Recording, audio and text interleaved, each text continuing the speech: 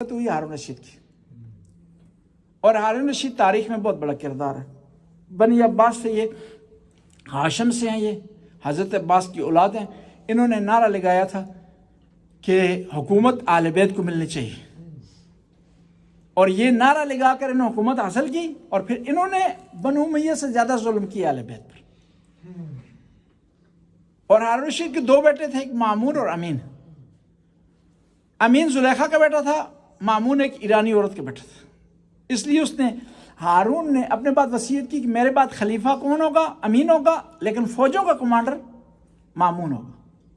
مامون نے سمجھا کہ امین میرے لیے خطرہ ہے، اس پر حملہ کیا، بغداد پر قبضہ کر لیا اور اس امین کو قتل کر دیا۔ قتل کرنے کے بعد اس کے سر کو اپنے دربار کے باہر لٹکا دی، اور لوگوں کو آرڈر کیا کہ جو آئے اس کو لعنت بھی بھیجے اور اس کو ترپڑ بھی مارے، چھتر مارے۔ وہ ایک آدمی تھا، اس نے کہا کہ اس کو یہ توہین اور یہ مناسب نہیں ہے، لہذا کوئی ایسا کام کیا جائے تاکہ یہ سر اٹھا لے یہاں سے۔ وہ آیا، اس نے چھتر بھی مارا اور ساتھ کہا کہ تجھ پر بھی لعنت ہو اور تیرے باپ پر بھی لعنت ہو۔ کس کو کہا؟ امین کو۔ مامون سن رہا تھا، اس نے کہا لعنت تو میں نے پہ رہی ہے آخر میں، کیوں باپ تو مشترکہ ہے نا۔ اس نے سر کو وہاں سے اٹھایا۔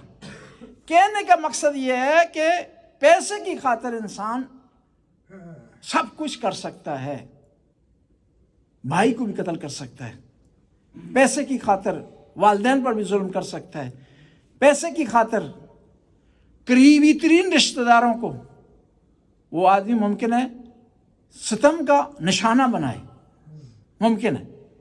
لیکن اس کے مقابلے میں جو نیک لوگ ہوتے ہیں، خدا کے اچھے لوگ ہوتے ہیں، وہ پیسے کو ٹھکرا دیتے ہیں اور کسی پر ظلم اور زیادتی نہیں کرتے۔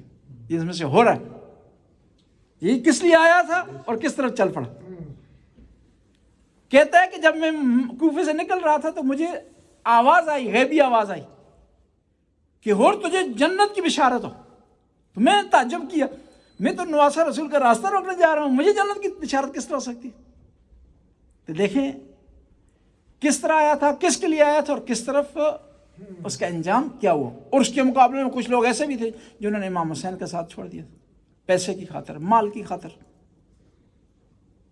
جنگ جمل میں دیکھیں، کئی لوگ جو ہے وہ مقام منصب کی خاطر امام علی کو چھوڑ کر اس طرح چلے گئے، جنگ برپا کی انہوں نے۔ لہٰذا یہ جو مال ہے، منصب ہے، مقام ہے، اس کا اگر صحیح استعمال نہ ہو تو یہ انسان کے نقصان میں جا سکتا ہے۔ بسم اللہ الرحمن الرحیم۔